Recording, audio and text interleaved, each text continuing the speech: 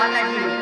મારું શબ્દ બોલું નથી મારા હાથે મીંડોળ લાગ્યો છે જો તમે મને આવીને આપતા હોય ને તો મીંડોળને પણ તોડી નાખું માતાજી અરે હા માતાજી મારા અંગે પીઠી તોડી છે એ પીઠીને હું ધોઈ નાખું માતાજી પણ આ પીઠ મારી મારે